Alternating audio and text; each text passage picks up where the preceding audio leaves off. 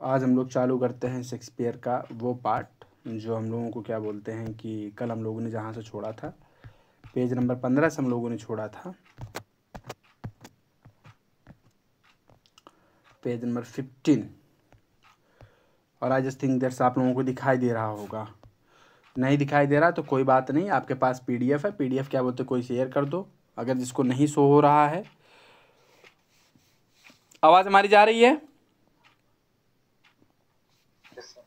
चलिए, Shakespearean comedy. कल एक लोगों ने पूछा था सर क्या बोलते हैं इसके बारे में बताइए, उसके बारे में बताइए। तो हमने कल हम लोगों ने ट्रेजेडी के बारे में पढ़ा था कि ट्रेजेडी में क्या है कि भैया जो जिसका नाम होता है उसी के नाम से ट्रेजेडी होती है, और उसमें फीमेल का बहुत बड़ा रोल नहीं होता। फीमेल बस मात्र थोड़ा सा क्या बोलते हैं तिक तिनिका करने के लिए आती हैं और तिक तिनिका कर करके चली जाती हैं। कुछ ज़्यादा इनका रोल नहीं होता। जैसे कि हैमलेट में आप देख लीजिए, ओफिलिया जी हैं तो बाबू सोना करके आती थोड़ी देर के लिए, उसके बाद फिर चली जाती हैं, ठीक है।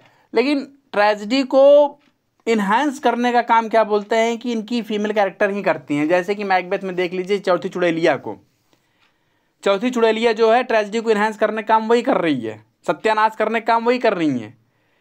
इनका बहुत मेजर रोल नहीं होता है। लड़कियों का बहुत, गोनरिल का, रीगन का बहुत मेजर रोल नहीं है किंग लियर में। लेकिन सारा का सारा खेल बुढ़ऊ को पगलेट बनाने का जो कार्यक्रम है, पूरा का पूरा जो सीन है वो रचा उन्हीं दोनों देवियों ने है। मैकबेथ भाई साहब के सत्यानाशी की वजह अगर कोई है तो वही है, ठीक है। और अगर डेस्डेमोना के चक्कर में भाई साहब पड़े हैं, अगर वो यागो अपना सेल्फ रेस्पेक्ट और सेल्फ सेटिस्फैक्शन के लिए डेस्डेमोना के चक्कर में पड़े हैं, तो सत्यानाशी की वजह क्या बोलते कि वही है। अगर हम क्या बोलते इनकी बात कर ले, हैमलेट हो गया, मैकबेथ हो गया, किंग लियर हो गया, और कुछ बचा जी? अच्छा, कोई और बच रहा है? Hamlet, Macbeth, King Lear, Othello, सबकी तो कहानी बता दिए, ठीक है। हाँ, क्लियोपाट्रा बहुत ही गजब की औरत रही। काश अगर क्या बोलते हैं कि कुंवारी रही होती, रिश्ते में रही होती, तो हम तो जरूर पहुँचते और यह बोल देते देखो भैया बिना दहेज के शादी करेंगे। बहुत ही खूबसूरत औरत थी और इतनी चालाक, इतनी चांचड़, इतनी ज़्यादा कलाबाज टाइप की थी कि कतई कि मतलब कि इतिहास की सबसे खूंखार, सबसे खूबसूरत और सबसे चालबाज औरत मानी जाती है क्लियोपाट्रा, जिसका सत्यानाश न करवा दे। पहले कहती कि बाबू तुम युद्ध लड़ो, हम तुम्हारे साथ में हैं। बाबू युद्ध लड़ने के लिए पहुंच जाते हैं, और जब बाबू एंटनी जब युद्ध लड़ने के लिए पहुंच जाते तो धीरे से जब सेना देखती तो भागती पुच्छा झाड़, कहते भैया भागो रे, गजब है, अपना जान बचाओ। तब गुस्सा आ जाता है एंटनी। एंटनी कहते ही पगलेट कहीं कि बहुत बड़ा नुकसान करी इसका, तो अब की बात छोड़ेंगे नहीं, मार डालेंगे इसको हम। फिर आती कहती बाबू गुस्सा हो, हम डर गए थे। फिर कहता है कोई बात नहीं, अब की पिछली बार डर गई थी, अब की बार तुम मत डरना। फिर युद्ध लड़ने के लिए पहुंच जाते हैं, फिर डर के भागती है। अब की बार एंटनी कहता है अब की बार हम छोड़ेंगे नहीं इसको, मार डालेंगे, पक्का मार डालेंगे। फिर आती कहती बाबू हम डर गए थे, तुम्हें नहीं पता है, डर गए थे हम।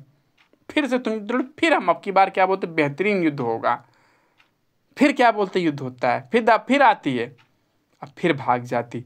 अब की बार एंटनी कहता अब की बार हम इसको गड़बड़ अब का ख़त्म ही कर देंगे। तब वो कहती है, बहाना बना लेती है, कहती है कि एक बात बताएं, कह देना है कि स्वाहा हो गई, मर गई। इवन ऑक्टेवियस सीजर ने कह भी दिया था कि इनका का नाम से ना, अब की बार इनको हम पकड़ेंगे और इनका हम ऐसा सत्यानाश करवाएंगे सेनाओं के माध्यम से, इनकी क्या बोलते हैं कि डॉट। तो कुल मिलाकर के समझ गई थी कि लॉस ज़्यादा होने वाला है, मरने में ये फ़ायदा है। इवन जब जूलियस सीजर एक बार जब क्या बोलते हैं उसके ऊपर आक्रमण करने जा रहा होता है, तो वो एक उसमें पिरामिड के बीच में छिप करके बैठी हुई होती है। उसका फिर जब पूछता है सीजर कि कहा यहाँ छुप करके बैठे, तो कहती है कि वो यहाँ पे एक महान सम्राट, वीरों के वीर आ रहे हैं आक्रमण करने के लिए। सीजर मुझे उनसे बहुत डर लग रहा है, क्या तुम मुझे उनसे बचाओगे? सीजर से ही कह रही है। इतनी खिलाड़ी औरत थी कि खेल गई है। उसके बाद तब फिर भैया सीजर ने कहा बस आओ गले लगो, तुरंत गले लग करके चिपक जाती, कहती मुझे बचा लो, जूलियस सीजर से मुझे बचा लो। सीजर से ही कह रही है कि जूलियस सीजर से मुझे बचा लो। तो भैया ये थी क्लियोपाट्रा। उसकी लाइन भी बड़ी गजब की है। उसने जो अपने दर्द को बका है ना भाई, बड़ा गजब का बका है। उसने कहा व्हेन आई वाज अनराइट, जब मैं कच्ची कली थी तब लोगों ने मेरा बड़ा शोषण किया, लोगों ने मेरा बड़ा फ़ायदा उठाया। जब मैं जवान हुई, जब मैं थोड़ी सी समझदार हुई, जब मैं थोड़ी सी दुनिया को समझने के लायक हुई, जब मैं सच में प्रेम में पड़ी, तब तुम मुझे छोड़ करके चले गए। जब मैं थोड़ा प्यार करने के काबिल हुई, तब तुम मुझे छोड़ करके चले गए। तो कुल मिलाकर के उसकी विरह व्यथा भी दिखती है। जैसे हम कमला दास को पढ़ते तो कमला दास को पढ़ने में हमको लगता है ऑब्सीनियस फीलिंग आती है, थोड़ी सी क्या बोलते हैं इरोटिक फीलिंग आती है हमारे अंदर। हमको लगता है कि वाह कितना इसके अंदर मतलब कि वो भरा हुआ ऑब्सीनियस फीलिंग इसके अंदर भरी पड़ी है। लेकिन एक्चुअली वो गलत है, हम गलत नज़रिए से उसको देखते हैं। लुकिंग ग्लास में देखो, जब वो कहती है कि ऐसा वैसा ये वो, किसी को न्यूड कर दो उसका, फिर उसको पूरी तरह से उसके बॉडी को निहारो वगैरह वगैरह करके, जब पढ़ते हैं इन सब चीज़ों को तो हमको लगता है कि कितनी ऑब्सीनियस चीज़ों को मतलब कि लिख रही है, लोगों के बीच में दे रही। लेकिन भाई वहाँ पे दिखा रहा है, वहाँ पे वो दिखाना चाह रही है कि जो मेल डोमिनेटिंग सोसाइटी है, ये पुरुष प्रधान जो देश है, ये क्या कर रहे हैं, औरतों को सिर्फ और सिर्फ एक काम की चीज़ समझ रहा है। ठीक है, तो कुल मिलाकर के वो सोसाइटी को रिप्रेजेंट कर रही है।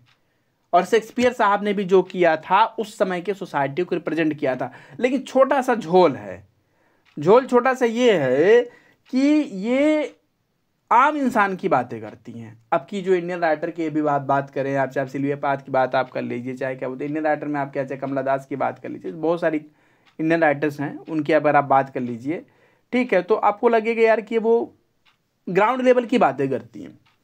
और शेक्सपियर ना मार्केटिंग एक्सपर्ट था, उसको पता था कि लोगों को क्या चाहिए, लोगों को जो चाहिए होता था वो वही उठा करके लोगों के बीच में ला करके देता था। मतलब मार्केटिंग एक्सपर्ट था वो। लोगों को ट्रेजेडी चाहिए होता था, ट्रेजेडी उठा के दे देता था, कॉमेडी चाहिए होता था, कॉमेडी उठा के। और इतना बेहतरीन इंसान कि आप लिंक नहीं कर सकते एक चीज़ का दूसरी चीज़ से। आप अगर हैमलेट को पढ़ रहे हैं तो आपको लगेगा भाई यार, हाँ यार, हैमलेट को लिखने वाला ऐसा लगेगा यार कि हैमलेट ने जो गलतियां की हैं, हैमलेट क्या था, डिसीजन नहीं ले सकता था चीज़ों को लेकर के। और मैकबेथ क्या था, एक नंबर का खुरापाती इंसान, तपाक से डिसीजन लेता था। तो सपोज अगर मैं ही अगर राइटर हूँ, अगर मैं कोई चीज़ पर्टिकुलर चीज़ लिख रहा हूँ, तो मैं क्या करूँगा, मेरी जो आदत है, मेरी जो हैबिट है, वो मेरी राइटिंग में दिख जाएगी। लेकिन शेक्सपियर एक ऐसा राइटर था, उसकी जो हैबिट है वो क्या है, असलियत में क्या सोच रहा है, रियलिटी में वो किसी को पता ही नहीं चलता था। तभी तो जॉन कीट्स ने उसके लिए एक टर्म इजाद किया था। कौन सा टर्म था जी वो, किसी को पता है? Negative capability. हाँ, निगेटिव कैपेबिलिटी एक टर्म था। ये वही चीज है, उसी की बात है कि वो कमाल का बंदा था कि एक हाथ से अगर लिख रहा है तो दूसरे हाथ को पता नहीं चलता था कि हाँ कि क्या हो रहा है। यही है, आपके लाइफ पे क्या चल रहा है उसको भारी, उसको उस पर दिखाने का प्रयास ना करो। जैसे कि वर्ड्सवर्थ साहब है, जब नहीं तब अपनी चीज़ों को देख रही हो डोरोथी, सुन रही हो डोरोथी, देख रहे हो भैया, देख रहे हो कॉलरेज। हद है, अपनी चीज़ों को बस मात्र रगड़े पड़े हैं। इसलिए इनको क्या बोलते हैं कि जॉन कीट्स ने क्या कहा था, कौन सा पोएट है ये, सॉरी जॉन कीट्स ने वर्ड्सवर्थ के लिए कौन सा पोएट कहा था? Egotistical सबलाइन, egotistical सबलाइन। ठीक है, तो जॉन कीट्स साहब ने, हाँ, इगोटिस्टिकल सबलाइन कहा था जॉन कीट्स साहब ने। इसलिए कहा था कि बंदा जब ने तब अपने लिए पढ़ा था, अपने लिए पढ़ा। मतलब हद है यार। इवन टी एस इलियट इसको गाली भी देता है। टी एस इलियट कहता है ये क्या मतलब है यार, भाई जो सोसाइटी में प्रॉब्लम चल रही है आप उसको दिखाओ ना, आप अपनी अपनी काहे रो रहे हो, हद है। मतलब इनका क्या कहने का मतलब है, जो अंदर से आ रही है, दिल से आ रही है, उसी को उठा करके रख दो, वही पोट्री है। टी एस इलियट कहता भाई ऐसा कुछ नहीं है, जो रियल में है ना उसको उठा करके रखो, वो पोट्री है। जो चल रहा है आज के समय में सोसाइटी में ना, उसको उठा करके रखो। किसी का माइक ऑन है, माइक बंद करो, माइक बंद करो, किसी का माइक ऑन है, ठीक है। तो वो कहता है कि इलियट कहता है कि भाई जो सोसाइटी में चल रहा है उसको उठा करके रखो, ठीक है, अपनी पर्सनालिटी को मत करो, बी इम्पर्सनल। चलिए अब आते हैं हम लोग शेक्सपियरियन कॉमेडीज पर। The title of Shakespearean romantic comedies are based on action of the play ना, जो एक्शन होता है उसी पर बेस्ड होता है ना। यहाँ पर हीरो के नाम से कोई लेने देने नहीं है, एक्शन है भैया, जैसा तुमको पसंद है वैसा करो, एज यू लाइक इट, ठीक है, action of the play. The setting of the play is in dreamy land far from society, समाज से बहुत दूर किसी एकदम सपनों की दुनिया में होता है ना, है ना जी, मतलब एक किसी जंगल में किसी उसमें करके आप लोग जन्म करते हो। There is a proper blending of realism and imagination, imagination भी बहुत ज़्यादा है। अब इनको अगर आप जैक्स को आप पढ़ लो, जैक्स जैसे बोलता है, जैक्स क्या बात बोलता है, वो कहता है यार कि हम लोगों को हमारे भाई ने क्या बोलता है, हमको उठा करके जंगल में फेंक दिया, हमारे राजमहल को हड़प लिया, हमारे भाई ने हमारे साथ गलत किया। जैक्स कहता अच्छा तुम्हारे भाई ने तुम्हारे साथ गलत किया, तुमने, और तुमने क्या किया है, हिरन को, अच्छे खासे ताजे हिरन के बच्चे को तुम नोच नोच करके खा रहे हो, भून करके। तुमने क्या किया है, जंगल हिरन का घर है, उसके घर में आ करके तुम उसी के घर में उसको मार रहे हो और उसका फिर उसको पका करके खा रहे हो। तुम बड़ा अच्छा किए हो, और तुम्हारे भाई ने जो किया वो गलत किया है। मतलब एक कमाल का इमेजिनेशन। अभी 9 बजा है, कुछ देर के बाद 10 बज जाएगा, उसके बाद 11 बज जाएगा, इसके पहले 8 बज रहा था। मतलब उसका फिर क्या बोलते हैं कि ये हो जाएगा, उसका फिर वो हो जाएगा, उसका फिर दुनिया खत्म हो जाएगी, फिर हम खत्म हो जाएंगे। समय बीतता जा रहा, हम पकते जा रहे हैं, हम खत्म होते चले जा रहे हैं। कुल मिलाकर के एक्सक्यूज मी सर, ये जो आप बोल रहे हैं ना कि अभी इतना बज रहा है फिर इतना बज जाएगा, ये कौन से प्ले का है sir? As you like it का है। Thank you. ठीक है, तो कुल मिलाकर के ऐसा लगता है यार कि कमाल का इमेजिनेशन चल रहा है, हद है, एकदम गजब का इमेजिनेशन चल रहा है। Oh I am in love, I am in love, I am in love. इधर क्या बोलते हैं, रोजालिंड को प्यार हो गया, वो भी क्या बोलते हैं, एकदम पगलाई हुई है, आई एम इन लव। और भाई साहब उनको भी प्यार हुआ है, और सीनों को उधर क्या बोलते हैं, 12th नाइट में प्यार हुआ है, तो भी कहता है कि क्या है जो प्यार की इस दर्द को मिटा सकता है। तब वो कहता है कि कुछ नहीं साहब, तुम म्यूजिक सुनो, दिल टूटा है तुम्हारा। बोले हाँ यार, 12th नाइट में ओलिविया ने उसका दिल तोड़ दिया था ना। तो कहता है कि अच्छा दिल टूटा है तुम्हारा। कहा हाँ दिल टूटा है। तो कहें बताओ क्या करे। कहा कुछ नहीं, काम करो, जाओ म्यूजिक सुनो। तब स्टार्टिंग वही लाइन से स्टार्ट होता है, if music the food of love then play on it. अगर क्या बोलते हैं संगीत प्रेम का भोजन है तो बजाओ ना यार, जम के बजाओ। तो कमाल का रिलीज में कमाल का इमेजिनेशन दिखता है इनके कॉमेडीज में, ठीक है। और woman plays an important role. देखिए अभी तक जितना भी मैंने नाम लिया सब क्या बोलते हैं कि फीमेल लोगों का ही नाम लिया ना, तो फीमेल लोगों का नाम लिया, तो वही शेक्सपियर साहब वही बात कह रहे हैं कि फीमेल जो कैरेक्टर्स हैं इसमें बहुत इंपॉर्टेंट रोल अदा करती हैं ना। Ruskin says Shakespeare has no heroines but sorry no heroes but only heroines ना, इनके पास सिर्फ और सिर्फ हीरोइन है। जॉन रस्किन साहब क्या बोलते हैं, अगर आप झारखंड गवर्नमेंट लेक्चरर की तैयारी कर रहे हैं तो जॉन रस्किन साहब का क्रिटिसिज्म और डॉक्टर जॉनसन साहब का क्रिटिसिज्म आपको पढ़ने को मिलेगा, है वो सिलेबस में। और बहुत ही गजब के राइटर हैं ये जॉन रस्किन साहब, पेंटर राइटर, ठीक है। Doctor Johnson says in tragedies woman leads towards destruction to their mate, है ना, folk, while in comedies they are free and safe from being destroyed. Tragedies में क्या है कि सत्यानाश करने काम कौन करता है? जॉनसन साहब कह रहे हैं कि भैया ट्रेजेडी में सत्यानाश करने काम करता है कौन? दीदी लोग करती हैं, ये जो चाची लोग हैं, चाची लोग ही सत्यानाश करने का काम करती हैं। और कॉमेडीज में क्या है कि ये बचाती हैं बर्बाद होने से, ये बर्बाद होने से बचाती हैं। जब देखा वो वाला ने कि चीज़ें गड़बड़ हो रही हैं तो उसने सब चीज़ों को सही किया। जब रोजालिंड ने देखा कि चीज़ें गड़बड़ हो रही हैं, सीलिया ने देखा कि चीज़ें गड़बड़ हो रही है, तो अपनी सूझबूझ से रोजालिंड ने सब चीज़ों को सही किया। Humour is the basic structure qualities of the place, ठीक है। तो ह्यूमर भी इसमें दिखने को मिलता है। Life is presented as optimistic, है ना, ऑप्टिमिस्टिक दिखाया जाता है कि जो कुछ भी चल रहा है सब कुछ ठीक है। जैसे कि रोजालिंड का एक कथन आप लोगों को याद होगा, रोजालिंड कहते हैं ना कि time is a great teacher but for the time will decide each and everything. समय सबसे बड़ा गुरु है, तुम शांत रहो ना यार, शांत रहो लोग, सब सही होगा, जो कुछ भी होगा सब अच्छा होगा, टाइम सब डिसाइड करेगा। तो they are in comedy of love, life is presented in as a optimistic है, they are the comedy of love. Shakespeare's comedies ends with the marriage bells, church, while the tragedies ends with the curfew tolls in the churchyard. अब अगर हम Shakespeare के Hamlet की अगर example ले रहे हैं, फिर मैकबेथ का अगर हम एग्जांपल ले रहे हैं, हैमलेट का अगर हम एग्जांपल लेते हैं तो देखते हैं यार कि जब हैमलेट एंड होता है ना तो फिर उसमें क्या बोलते हैं, भाई एक बस मात्र उसका दोस्त बचा हुआ है, एक दोस्त उसका बचा वो, बाकी सारे के सारे टैं हो चुके हैं, सारे के सारे टैं हो चुके हैं, सारे के सारे मर गए हैं, एक दोस्त बस मात्र उसका बचा हुआ है। अगर हम कॉमेडीज़ की बात करें, अगर हम इसमें अगर हम कौन सा एज यू लाइक इट की अगर हम बात करते हो तो एज यू लाइक इट में हम देखते हैं कि वो सिर्फ और सिर्फ वो उसमें एक कैरेक्टर है, क्या नाम है उसका, हाँ 4 जोड़े हैं, 4 के चारों जोड़े क्या बोलते हैं शादी करके बैठे हुए हैं। उसमें टच स्टोन उससे कर लेता है, आर्ड्रे से कर लेता है, और उसका फिर उसका भाई उससे सीलिया से कर लेता है, और रोजालिंड तो ऑरलैंडो से कर ही लेती है। ठीक है, तो 4 जोड़े, उसमें 4 शादियाँ होती हैं।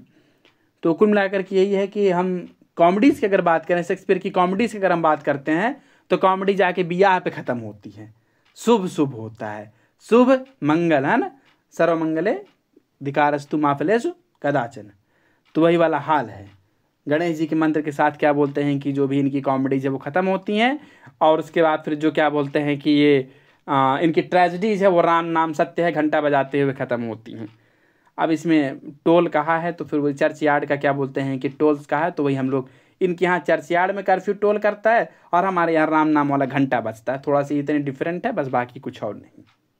ठीक है, चलिए fools in Shakespeare's comedies are wisest character. सबसे बड़ी बात तो यही है, इनके जो फूल होते हैं, जैसे अब वो किंग लियर कहता है मेरे को राजा बनना है, मेरे को राजा बनना है, मेरे को राजा बनना है, मेरी सारी की सारी संपत्ति चली गई, तो कहता अच्छा तुमको राजा बनना है, बोला हाँ मेरे को राजा बनना है। ठीक है, तो 2 अंडा लेकर के आता, 1 अंडा लेकर के आता, बोले 1 अंडा मेरे को दो, मैं तुमको 2 ताज दे रहा हूँ। सारे राजा बनना है, सब सत्यानाश करके बैठे, राजा बनना है इनको। ठीक है, तो कुल मिलाकर के यही है कि फूल्स के माध्यम से शेक्सपियर की जो फूल्स जो हैं, जो इनके बफून हैं, जो इनके मशखरे हैं, उसके माध्यम से शेक्सपियर साहब क्या करते हैं, बढ़िया बढ़िया ज्ञान की बातें करवाते हैं, मस्त मस्त ज्ञान की बातें करवाते हैं। जैसे कि टच स्टोन कहता है कि भैया जो पढ़े लिखे लोग होते हैं बेवकूफ़ी में जब वो कोई बात करते हैं तो उनकी बात में उतना ज्ञान होता है जितना कि एक अनपढ़ गंवार बेवकूफ़ टाइप का मूर्ख टाइप का इंसान बहुत सोच समझ करके करता है। जो अनपढ़ गंवार टाइप का इंसान है बहुत सोच समझ कर अगर कोई अगर ज्ञान की बातें करेगा, तो पढ़े लिखे लोग तो मजाक मजाक में ऐसी वो बातें उस तरह से बेवकूफ़ी भरे बातों में ऐसी बातें कर जाते हैं। तो कुल मिलाकर के शेक्सपियर जो हैं अपने कॉमेडीज़ के कैरेक्टर के माध्यम से बड़ी बुद्धिमानी पूर्व बड़ी बातें क्या बोलते हैं ये दिखाते हैं। क्लाउन, चलिए music and songs are integral part of Shakespeare's comedies. अब म्यूजिक साउंड्स बहुत है गजब का है। जैसे कि अगर हम लास्ट देखते हैं रोजालिंड को, अंतिम में जब देखते हैं जुलाई किट में, तो वो रोजालिंड चिल्ला करके कहते हैं oh man for love you needs a woman and oh woman for loves you needs a man. कहता है मर्दों प्यार करने के लिए तुमको एक औरत की ज़रूरत है, और आए औरतों प्यार करने के लिए तुमको एक मर्द की ज़रूरत है, और तुम दोनों की इस वार्तालाप इस कार्यक्रम के बीच में ये जो हमारा प्ले है ये तुम दोनों की अगर कमी को उस कमी को पूरा करेगा। एज यू लाइक इट को देखो, और उसमें ये भी बात कहता है कि गुड वाइन नीड्स नो बस, अच्छे चीज़ों को प्रचार की ज़रूरत नहीं होती है, अच्छे चीज़ों को प्रचार की ज़रूरत नहीं होती है। फिलहाल आज के समय में पिक्चर बदल चुका है, आज के समय में क्या बोलते हैं प्रचार कर करके फालतू चीज़ों को भी क्या बोलते हैं कि बेच दिया जाता है, और हमारे जैसे लोग क्या बोलते हैं कि 50-60 लोगों को लेकर के बैठे रहते हैं, बस मात्र ज्ञान मारते हैं। ठीक है, चलिए फिलहाल तो हम तो बेवकूफ़ हैं, अभी तो सीख लेंगे, कुछ दिन बाद ज्ञानी बन जाएंगे तो फिर बात दूसरी होगी। चलिए तो आते हैं हम लोग music and songs are integral part of Shakespearean comedy. भैया इसमें नाच गाना खूब होता है, जैसे कि एमनीस कहता है कि under the green tree who loves to lies with me, under the green tree who loves to lies with me. Actually वो गाना गा के कहता है, मेरे को गाना याद नहीं आ रहा, ऐसा ऐसे कुछ गाना है उसका, तो कौन मेरे साथ क्या बोलते सोना चाहेगा ग्रीन ट्री के नीचे। तो there is a blending of pathos and जो है ना, थोड़ा सा दर्द भी होता है, थोड़ा सा मीठा सा मजाक भी होता है। Love at first sight is a prominent features in Shakespearean comedies. आवाज़ हमारी जा रही है जी? कोई एक आध लोग रिप्लाई दे दीजिए। ठीक है, कह रहा है love at first sight is a prominent feature in Shakespearean comedy. मुझे एक सीन याद आ गया, विलियम से बेचारा प्यार करता था आड्रे से, कहता आड्रे आई लव यू, हम तुमसे शादी करना चाह रहे। हाँ सर आपकी आवाज डबल आ रही है। माइक बंद कर लीजिए सब लोग, इतनी कृपा करिए, आवाज डबल नहीं जाएगी। ठीक है सर वॉइस क्लियर है एकदम। नहीं, माइक बंद कर लीजिए, आवाज़ नहीं इको करेगी। आप माइक ऑन करके रखेंगे तो आवाज़ इको करेगा। यही सिंपल सा फार्मूला है, इसमें कोई टेक्नोलॉजी का वो नहीं है। माइक बंद करिए सब लोग, चेक कर लीजिए अपना माइक, ठीक है। तो अब वो एड्रेस से जाकर के बोलता है विलियम्स, क्या बोलते हैं कि आई लव यू, मैं तुमसे प्यार करता हूँ। वो बेचारा डेली ट्राई कर रहा है, डेली ट्राई कर रहा है, घास छीलने वाली लड़की से, भेड़ चराने वाली लड़की से डेली ट्राई कर रहा है कि यार कम से कम आई लव यू का रिप्लाई तो दे दो यार, तुमसे हम प्यार करते हैं। अरे बदसूरत सी, मोटी सी, एकदम सांड जैसी, क्या बोलते एकदम ये खूबसूरत, एकदम बड़ी सी, एकदम क्या बोलते सफ़ेद सफ़ेद कपड़े पहनी हुई, एकदम ताड़का की क्या बोलते हैं कि अवतार टाइप की लड़की, एकदम मोटी सी, एकदम एकदम कमाल के टाइप की लड़की, एकदम भद्दा सा चेहरा एकदम। तो अब उसको जाकर के डेली विलियम्स बोल रहा है कि लव यू यार, मैं तुमसे प्यार करता हूँ, मान जाओ ना। लेकिन नहीं मान रही है, ठीक है। लेकिन अब होता क्या है, वो टच स्टोन आता है, टच स्टोन कहता है विलियम्स पीछे पड़ा है क्या, तो इसको छेड़ रहा है, सारा तुमको हम 150 तरह से जानते हैं तोड़ने के लिए, इतना इतना बुरी तरह से तोड़ेंगे ना सुधर जाओगे। बेचारा भाग जाता है। आर्डर टच स्टोन को एक बार में प्यार हो जाता है भैया, उन दोनों को एक ही बार में प्यार हो गया, एक ही नजर में प्यार हो गया। इवन क्या बोलते हैं कि इसमें भी यही हुआ, 12th नाइट में भी आप लोगों ने देखा होगा। कुल मिलाकर के वही है कि पहली नज़र का प्यार सबसे बड़ा प्यार है। इन लोगों का यही कहना है कि भैया पहली नज़र में देख लिया ना। ओलिविया को देख लीजिए, ओलिविया बेचारी क्या बोलते हैं उससे वाला से प्यार कर बैठती है, जो कि क्या बोलते अपना बदल करके रुक गया हुआ है। ओलिविया जो है वाला से ही प्यार कर बैठती है, जो कि बदला हुआ रूप है उसका। वो कहती है कि हे भाई नहीं, हम हो तुम्हारे जैसी लड़की हैं, काहे हमें फंसाए रही हो, ठीक है, उसको प्यार हो जाता है। तो कुल मिलाकर के शेक्सपियर सपोर्ट करते हैं पहली नज़र का प्यार। और आज का साइंस भी ये कहता है कि 8 सेकंड लगते हैं, अगर आंखों से आंख मिल गए ना तो 8 सेकंड लगते हैं प्यार होने में। हमने तो कभी किया नहीं, आप लोगों का अगर हुआ हो तो आप लोग अपना सोच समझ लीजिए। हमारे नसीब में सब नहीं है। पता नहीं कहाँ से भगवान जब नसीबी हम प्यार बांट रहे थे तो फिर हमारा वाला जो वो गुन्हा था, वो बॉक्स था, वो खाली छोड़ दिए। चलिए, लव एट फर्स्ट साइट जो ऐसा कहते हैं सबसे बड़े वाले होते हैं, ठीक है। चलिए, love at first sight is a prominent features in a Shakespeare's comedies. बाकी मैं ऐसा नहीं हूँ, क्योंकि चीज़ों में बहुत अनुशासन रहा है लाइफ में।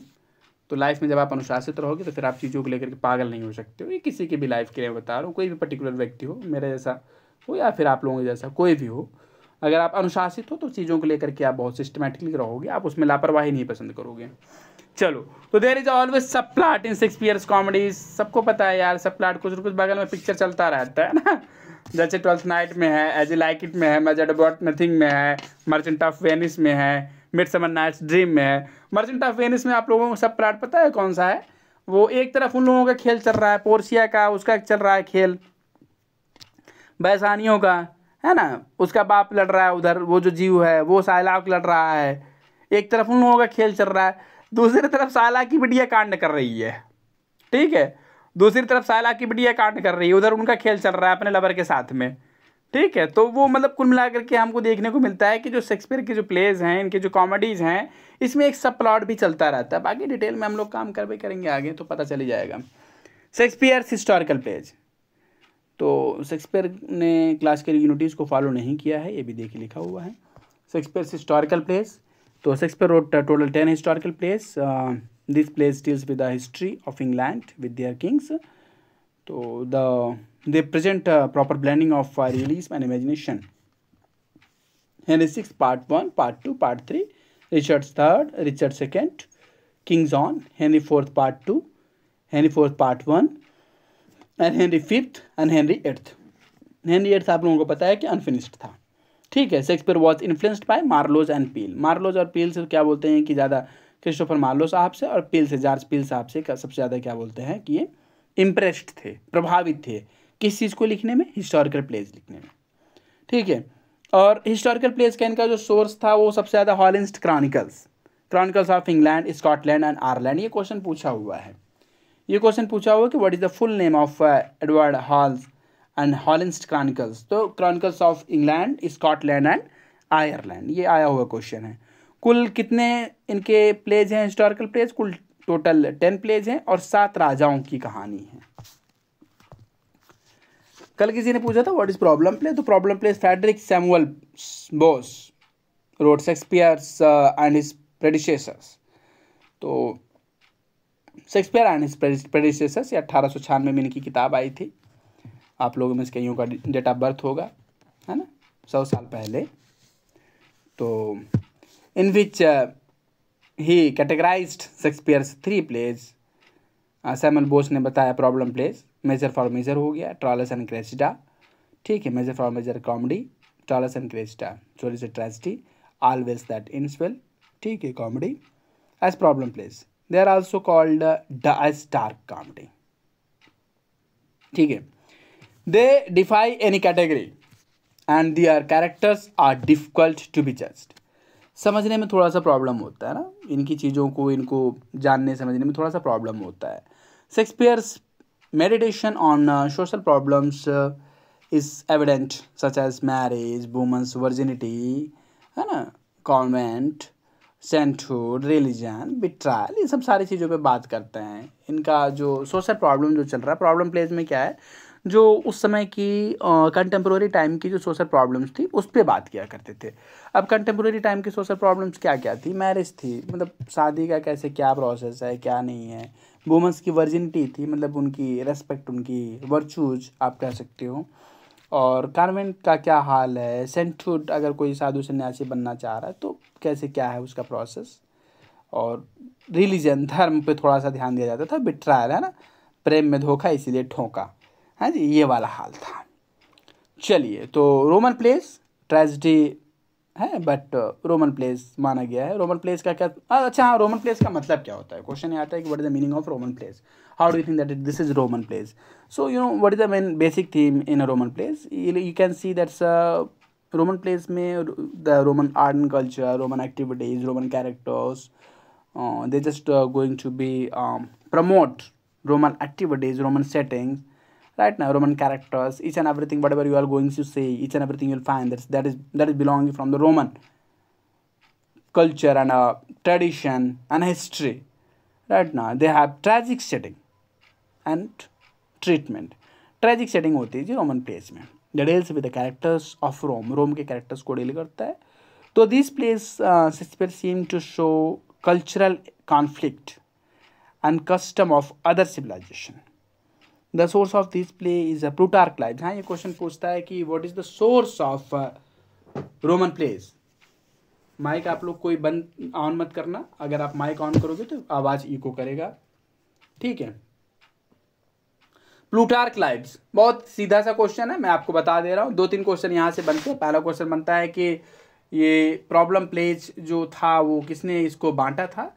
तो फ्रेडरिक सैमुअल बोस साहब ने बांटा था इसको, प्रॉब्लम प्लेज को, अपनी बुक में शेक्सपियर एंड हिज प्रेडिसेसर्स 1896 में. इसको आप लोग याद करिए, रखिएगा.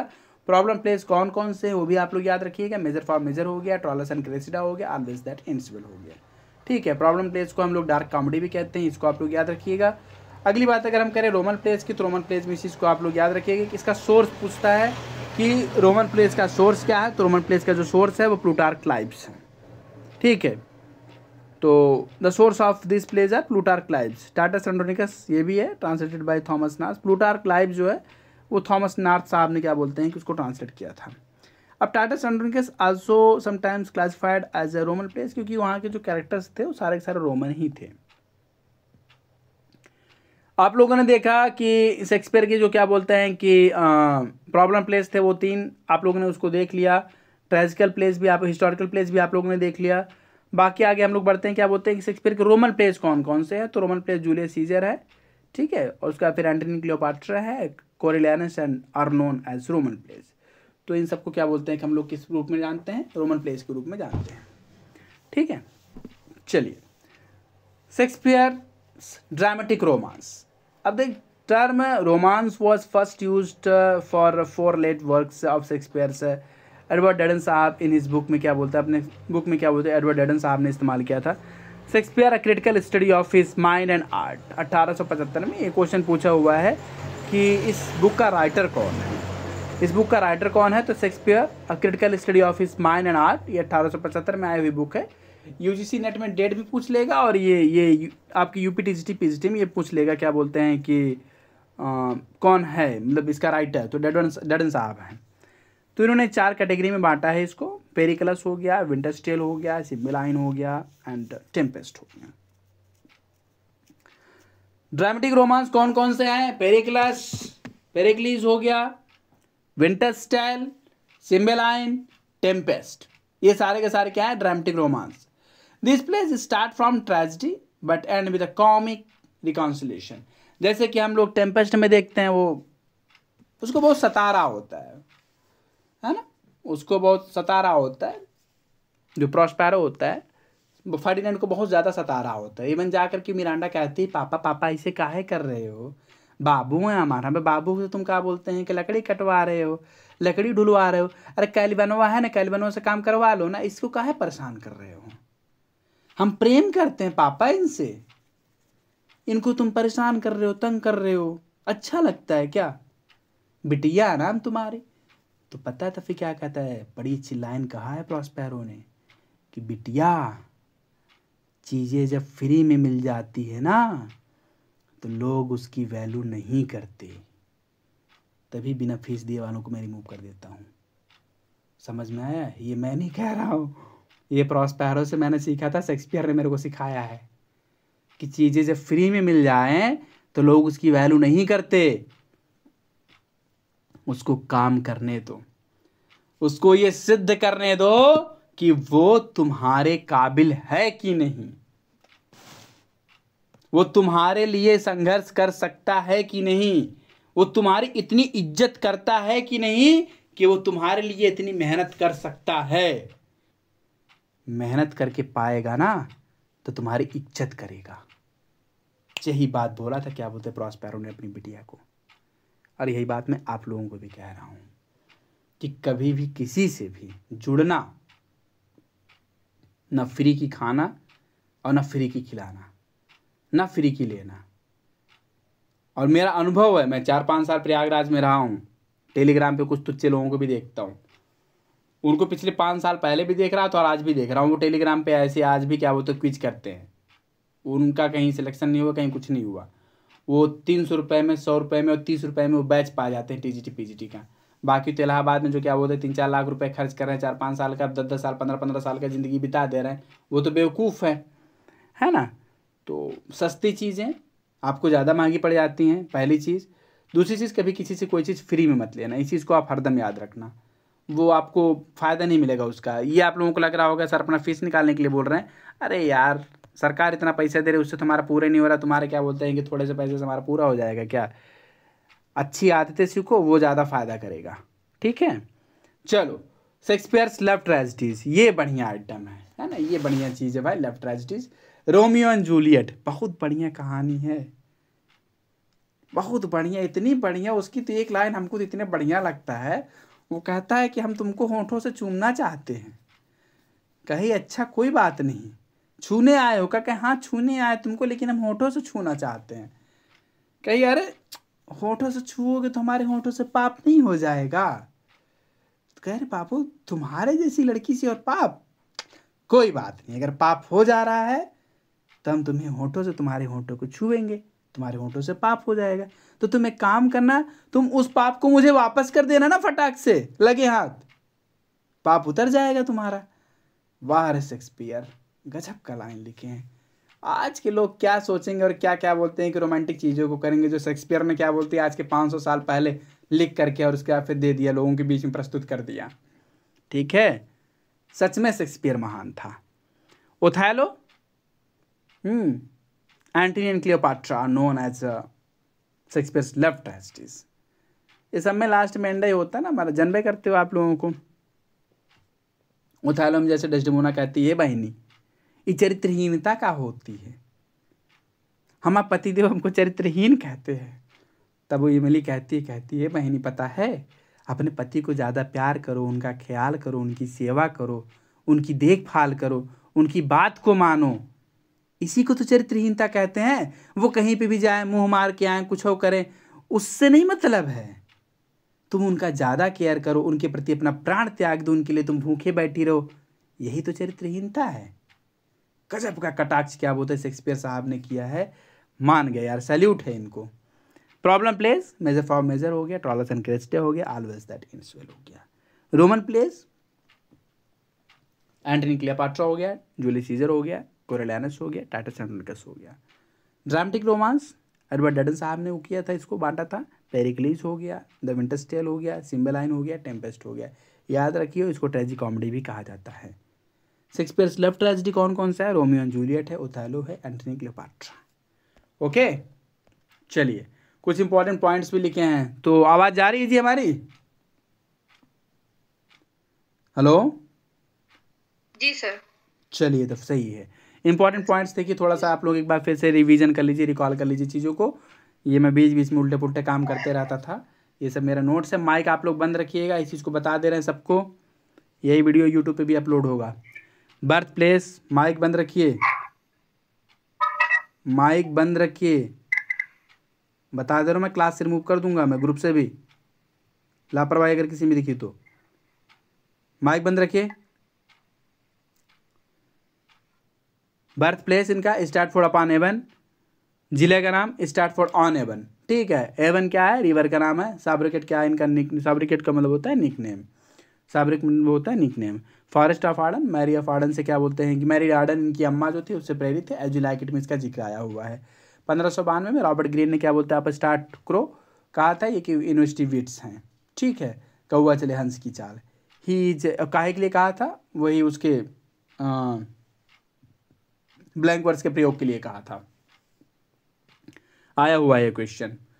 तो he jack of all trades but expert in nothing ना, मतलब वही वाली बात है कि रॉबर्ट ग्रीन साहब ने बोला था कि हर जगह ये मुंह मारता है, इसको आता जाता कुछ नहीं है।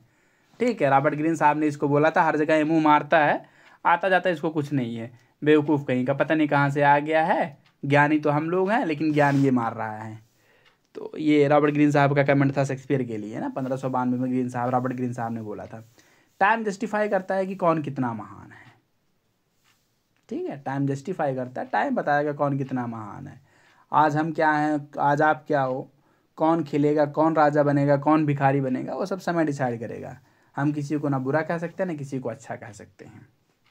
First printed reference a groats worth of this, ये ऑटोबायोग्राफिकल वर्क है इनका। ठीक है, पहली बार क्या बोलते हैं कि उसमें कमेंट किया गया था शेक्सपियर साहब के ऊपर। Greek tragedy, destinies character Oedipus की तरह, हु मैरिड हिज मदर। और शेक्सपियरियन ट्रेजेडी में क्या होता है कि कैरेक्टर इज डेस्टिनी, जो तुम क्या बोलते हैं कि करोगे, जो तुम उल्टा पुल्टा करोगे उसका सत्यानाशी तुम्हें झेलना पड़ेगा। चाहे तुम चाहे तुम क्या बोलते हैं हैमलेट हो, चाहे तुम मैकबेथ हो, चाहे तुम किंग लियर हो, और चाहे तुम ओथेलो हो, और चाहे तुम टाइटस एंड्रोनिकस हो, चाहे तुम एंटनी हो, तुम जो लीपापोती करोगे उसका भोगदंड तुमको भोगना पड़ेगा। ये चीज़ होता है शेक्सपियरियन ट्रेजेडी में। और ग्रीक ट्रेजेडी में क्या होता है? Destiny is character. ऐसा खेल खेल जाता है डेस्टिनी, ऐसा खेल खेल जाता है डेस्टिनी कि एडिपस को अपनी माँ से ही विवाह करना पड़ता है, और अपनी माँ से विवाह करके 2 बच्चे भी पैदा कर डालता है। तो वहाँ पे डेस्टिनी क्या बोलते हैं कि खेल खेल रही थी। तो character himself is responsible for tragic and, AC Bradley साहब ने कहा है इनके लिए। ट्रैजिक वेस्ट क्या होता है? फालतू में खून बहाने को हम लोग ट्रैजिक वेस्ट कहते हैं। ट्रैजिक इनोसेंस क्या होता है? निर्दोष लोगों की हत्या करना है ना। तो निर्दोष लोगों की हत्या अगर हम करते हैं तो उसको हम ट्रैजिक इनोसेंस में लेके आते हैं। फूल्स और court characters, clowns are rustic and environment ना, गंवार लोग होते थे। फूल्स जो थे वो कोर्ट कैरेक्टर हुआ करते थे, और क्लाउन्स जो होते थे वो गंवार लोग हुआ करते थे ना, गंवार अनएजुकेटेड टाइप के लोग हुआ करते थे। Create मर्थ and laughter.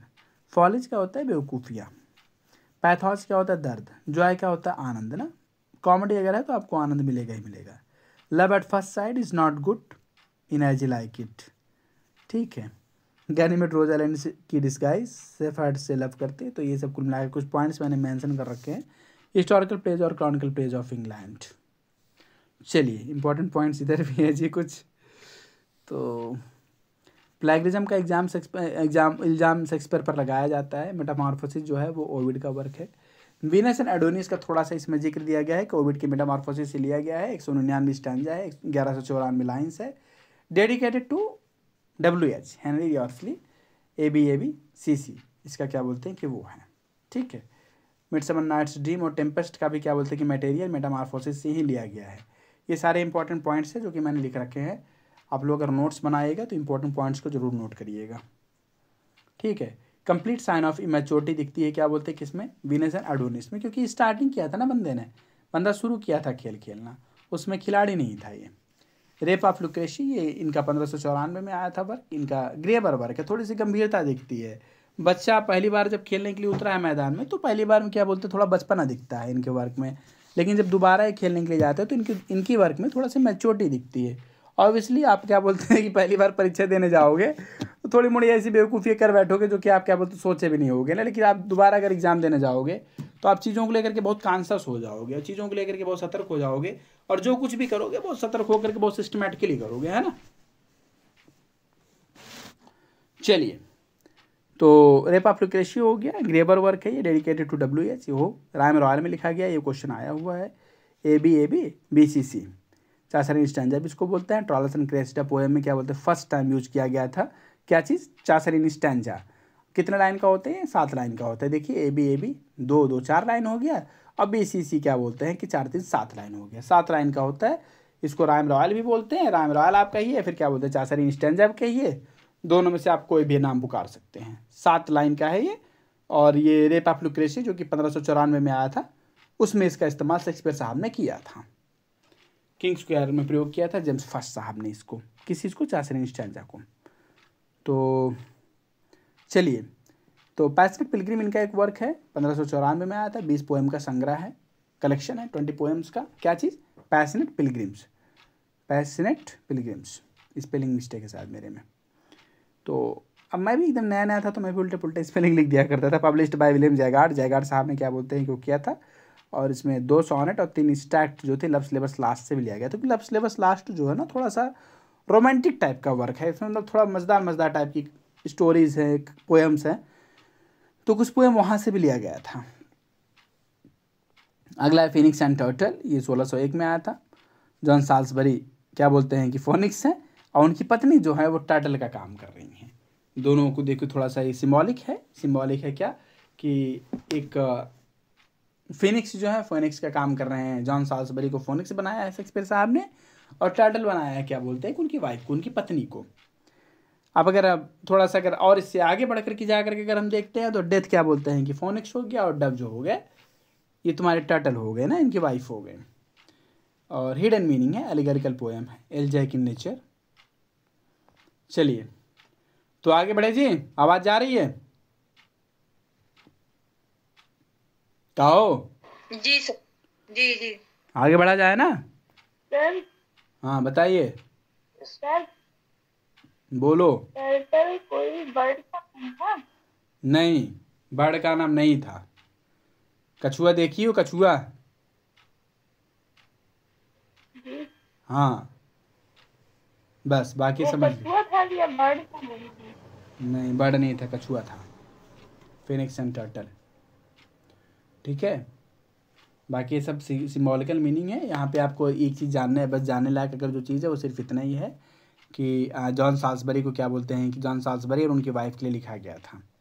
ठीक है, किसका वर्क है, बस सिर्फ इतना पूछेगा, इसके आगे और कुछ नहीं पूछेगा, है ना। आगे भी आप लोग पढ़ लीजिएगा, अभी आगे मिलेगा पढ़ने के लिए। आवाज़ क्लियर है, आगे हम लोग बढ़ते हैं, हिम्मत बनाए रखिएगा। ठीक है, थोड़ा सा स्पीड में, ज़्यादा स्पीड में तो नहीं चल रहा ना, चीज़ें तो सही है ना, क्यों, बहुत ज़्यादा स्पीड में तो नहीं है? नहीं सर। ठीक है, तो फिर वीनस एंड एडोनिस हो गया। आप लोग सब पढ़े लिखे हो यार, अब मैं ये मान करके चल रहा हूँ आप लोग सब विद्वान हो, बस इतना ही है कि चीज़ों को थोड़ा सा और क्लैरिफाई करते हुए, चीज़ों को सिस्टमेटिकली क्या बोलते हैं कि वो करते हुए एक कंप्लीट स्टडी के रूप में हम लोग इसको कर रहे हैं, बस और कुछ नहीं। और इसकी रिकॉर्डिंग भी आप लोग सुन सकते हो, रिकॉर्डिंग सारी की सारी है, यूट्यूब पे भी रहेगी, यूट्यूब पे भी डाल देंगे, और उस पर ऐप पे तो रहबे करेगा, ऐप पे भी रहेगा, यूट्यूब पे भी रहेगा। It is a long narrative poem, its chief source is Ovid's metamorphosis. अभी हमने बात किया था कि ये वीनस एडोनिस का सोर्स क्या है, तो ओविड्स आपका Metamorphosis.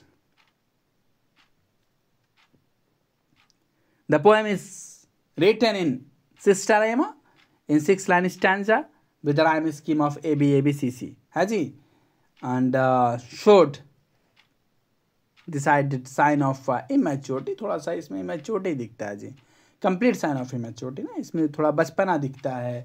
There are total 199 line एक स्टैंजा, और 1194 लाइन, 1194 लाइन दिखता है, और 199 स्टैंजा ना। चलिए, 6 गुना अगर कर देंगे तो वैसे समझ में आ जाएगा, ABCC 6 गुना कर दीजिए, ऑटोमेटिक समझ में आ जाएगा। तो it is dedicated to William Lord Herbert, इनको डेडिकेटेड था। तो विलियम लॉर्ड हर्बर्ट साहब को क्या बोलते हैं, डेडिकेटेड था। Henry Oxley, earl of Southampton, है ना। तो Venus loves Adonis and wants his favour, but Adonis is interested in hunting. Adonis को मज़ा आता है क्या, हंटिंग करने में, और वीनस क्या थी ना, उसको प्रेम करने लगी थी, उसको चाहने लगी थी। Venus for purpose of sexual intercourse persuades him, है ना। she has erotic feeling and she wants intercourse, she was copulation with the Adonis, but he was not ready for that one thing, na. She followed him, but he was not ready for that one thing. She persuades him to kiss her, although Adonis is not very interested, thinking he is too young and cares only for hunting. Actually, you know what is the main thing? The main thing is that Adonis was thinking that he's not ready for that one thing. He's not ready for love. He's too young. He's just learning how to hunt and he have to focus only for hunting. इधर उधर ध्यान भटकना नहीं है, तैयारी भी focused रहना है, ठीक है। इसका भी वही काम था कि मेरे को भाई हंटिंग भी फोकस रहना है, इधर उधर भटकना नहीं है। तो Venus tries to present him to go for hunting, but is in vain, है ना, मतलब कि वही है। After they part, Adonis is killed in hunting of boar. वही जंगली सूअरा का शिकार करने गए थे, और वीनस ने कहा था मत करना ये सब, मार डालेगा वो, क्योंकि वीनस को पता था कि वो मरेगा, वो सूअर से ही मरेगा। इसने इसको सावधान किया था, बाबू ऐसा मत करना, लेकिन ये मानता नहीं है। वो कहते हैं ना कि अगर आपको सामने वाली से प्रेम नहीं है तो सामने वाली जो कहेगी आप कीमत करना, आप वही करोगे ना, उसको दिखाने के चक्कर में। तो इन्होंने भी वही किया। बाद में क्या बोलते हो, मर जाता है, फिर वीनस उसको लेकर के रोती है। The poem contains the graphic depiction of sexual excitement, no? According to Shakespeare, it was first year of my invention, है ना, first year of my invention. अगला rape of Lucrece. Rape of Lucrece 1594 में आया था। The poem too is dedicated the Henry Oxley and it was written in rhyme royal में लिखा गया था, और हेनरी ऑक्सली साहब को क्या बोलते डेडिकेटेड है। और Chaucerian stanza with rhyme scheme ABABCC, ना, सबको पता है ABABCC, BCC। It is graver work, थोड़ा सा ये गंभीर वर्क है, मतलब पहला वाला जिसमें बचपना देखने को मिलता था, जहाँ पर क्या बोलते हैं कि उन्होंने कहा था कि it was my first year of my invention, ये मेरा पहला वो है कार्य है, पहला मतलब कि वो है स्टार्टिंग है। तो यहाँ पे थोड़ा ग्रेवर वर्क देखने को मिलता है। अगर हम रेप ऑफ लुक्रेशी की अगर बात करते हैं तो थोड़ा सा ग्रेवर वर्क है। Then earlier Shakespeare has promised to his patron, अपने संरक्षक को, जो इनको फाइनेंशियली सपोर्ट करने वाले लोग थे, उन लोगों की इन्होंने कहा था कि थोड़ा सा आपकी बार हम जरा सा सीरियस वर्क देंगे, है ना। टार्किन द किंग ऑफ रोम है, रेप्स लुक्रेशिया को क्या बोलते हैं कि रेप कर लेता है टार्किन, जो कि रोम का क्या बोलते हैं राजा, उसने लुक्रेशिया को रेप कर लिया था। और who commits suicide but gives a symbolic value of revolt against the king of Tarquin की क्या बोलते हैं, टार्किन के खिलाफ में इन्होंने मतलब कि वो लुक्रेशी जो है ना, वो अपनी इज्जत को बचाने के लिए अपने फैमिली वालों से कुछ बताती नहीं है चीज़ों को, लेकिन फिर भी सिंबॉलिकल मीनिंग दे देती है कि ऐसा ऐसा मेरे साथ हुआ है, मेरे साथ इस तरह से गलत हुआ है। लुक्रेशी बताती है अपने फैमिली वालों को, अपने लोगों को बता करके जाती है कि मेरे साथ ऐसा ऐसा गलत हुआ है, और लोग फिर विद्रोह करते हैं उसका, ठीक है। किंग टार्किन का लोगों ने फिर विद्रोह किया। अब एक बात ये आता है कि राम लाल का प्रयोग किसने कब किया था, तो किंग जेम्स फर्स्ट ने क्या बोलते हैं कि किंग स्क्वायर में राम लाल का प्रयोग किया था। राम लाल चीज़ क्या है, 7 लाइन वाला जो ये सिस्टम है लिखने का, इसी को राम लाल कहते हैं। और इसका फर्स्ट प्रयोग जो किया था वो किंग जेम्स फर्स्ट साहब ने किया था। किस वर्क में किया था, किंग स्क्वायर में किया था। चीज़ों को आप लोग अगर सुनते जा रहे हो, जिनके पास थोड़ा सा भी वो है, आप आराम से लिख सकते हो। चीज़ एकदम क्लियर, मैं सब कुछ समझा दे रहा हूँ, सब कुछ बता दे रहा हूँ, आप आराम से इसको लिख सकते हो। अगला, और ये भी बता दूं कि एकदम ऑथेंटिक है, कहीं से कुछ भी गलत नहीं है, कहीं से कुछ भी गड़बड़ नहीं है। मेरा PDF है, ये तैयार करने में और सुधार करने में 4-4.5 साल लग गए। एक स्टूडेंट को स्टार्टिंग से लेकर के एंड तक, जब वो तैयारी शुरू करता है और लास्ट की तैयारी पे होता है, सिलेक्शन के करीब होता है, तो उस लेवल तक जाने में क्या बोलते हैं जो सफ़र होता है उसमें कहाँ कहाँ कब कब क्या क्या रंगना है, क्या क्या नहीं रंगना है, किन किन कलर का प्रयोग करना है, क्या इंपॉर्टेंट है, क्या सुधार होना चाहिए, कहाँ पे हिंदी होना चाहिए, कहाँ इंग्लिश होना चाहिए, वो सारी चीज़ें आपको इस नोट्स में मिल जाएगा, है ना। Passionate Pilgrim 1599, it is a collection of 20 poems ना, 20 पोएम का कलेक्शन है, 1599 में आता है, उसी समय जिसमें एज लाइक इट आया था। Whose author unknown, it was published by William Jaggard. ठीक है। It contains 2 sonnet and 3 extract from Shakespeare's Love's Labour's Last. It appeared with Shakespeare's name on title page. Passionate pilgrims ये 20 कविताओं का संग्रह है जो कि 1599 में आया था। होता क्या है कि उस समय ये बड़े पॉपुलर हुआ करते थे, शेक्सपियर साहब उस समय बड़े पॉपुलर हुआ करते थे। अब भाई जो पॉपुलर लोग तो उसी का नाम लेकर के अपना ब्रांड बनाएंगे ना, तो शेक्सपियर का नाम लेकर लोगों ने अपना ब्रांड बना रखा था कतई। Phoenix and turtle, phoenix John Salisbury साहब है, टर्टल कौन है, उनकी वाइफ है। 1601 में आया था by Shakespeare. It is a non dramatical allegorical poem, allegorical poem है ये, थोड़ा सा by William Shakespeare. It is elegiac in nature, दुख भरा है, थोड़ा सा दुख है इसमें। It mourns on the death of phoenix and turtle dove. ठीक है, फिनिक्स एंड टर्टल, डब है, पंछी है, सही। Who are presented as a model of ideal love. The dead couple assumed as Welsh courtier Sir John Salisbury and wife। ठीक है, तो वही वाला हाल है कि इसको डेड कपल माना गया है, किसके रूप में माना गया है कि सर जॉन साल्सबरी और उनकी पत्नी के रूप में माना गया है। ये वेल्स के कोर्टियर थे ना, राज दरबारी। अगर यहाँ से क्वेश्चन बनेगा तो सिर्फ एक ही क्वेश्चन बनेगा कि एलिगोरिकल पोएम है, 1601 में आया था और इसको लिखा क्या बोलते हैं कि ये जॉन साल्सबरी और उनकी वाइफ का जिक्र किया गया है। लवर्स कंप्लेंट ये 1609 में आया था। It was published in William Shakespeare's sonnet by Thomas Thorpe, TT Thomas Thorpe, 1609 में। And appendix, it is a poem in rhyme royal में लिखा गया है। ठीक है, तो narrates the story of a young woman weeping besides a river, tells how she was seduced and abandoned. वो बता रही कि उसको कैसे सेड्यूस किया गया और उसको कैसे सेड्यूस करने के बाद छोड़ दिया गया, उसी कहानी को बता रही है। वो उसके साथ कैसे अत्याचार हुआ, उसका कैसे रेप किया गया और उसको सेड्यूस करने के बाद फिर क्या बोलते उसको छोड़ कैसे दिया गया, उसी अपने अत्याचार के बारे में बता रही है वो लड़की। और राइम रॉयल में इसको लिखा गया है। लवर्स कंप्लेंट नाम का वर्क है शेक्सपियर साहब का। Sonnets of William Shakespeare, William Shakespeare wrote 154 sonnet, which was published completely in 1609 by Thomas Thorpe in quarto. Publication is dedicated to Mr. W.H. These sonnets deals with the theme of a love. ये question आया हुआ है कि Shakespeare के sonnet की theme क्या है, तो लव रही है ना।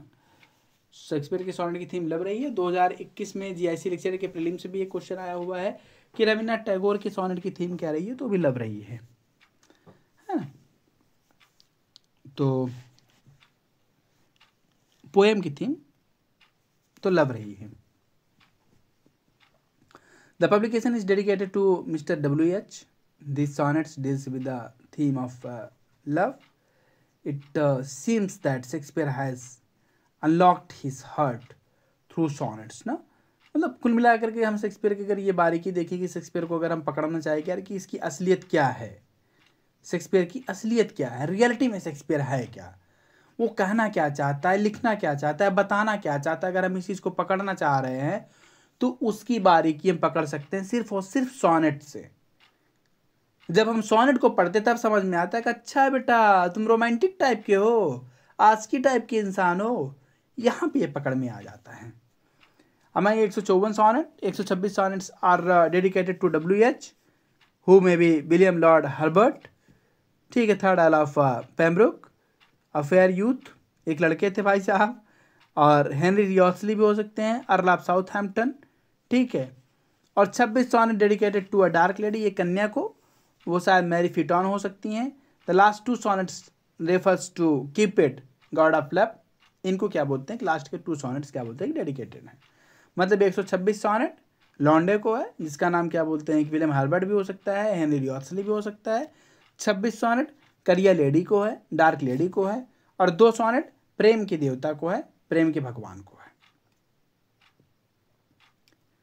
Shakespeare sonnets are written into 3 stanza of 4 lines quatrains and 2 lines as concluding couplet with rhyme scheme ABAB CDCD EFEF GG। हरदम पूछता है, जब नहीं तब इनको कोई काम नहीं मिलता तो ये एक क्वेश्चन हरदम पूछ लेते हैं, what is the rhyme scheme of Shakespearean sonnet, ABAB CDCD EFEF GG ना जी। तो the form of Shakespeare sonnet were earlier invented by earl of Surrey, famous sonnets of Shakespeare. चलिए, तो फिर सॉनेट्स की जो लाइन्स है इसको हम लोग क्या बोलते हैं कि tomorrow we will see. Now class I am going to end today. Okay, good night you all. हम लोग कल क्या बोलते हैं लाइन्स कंप्लीट कर लेंगे शेक्सपियर के सॉनेट्स की।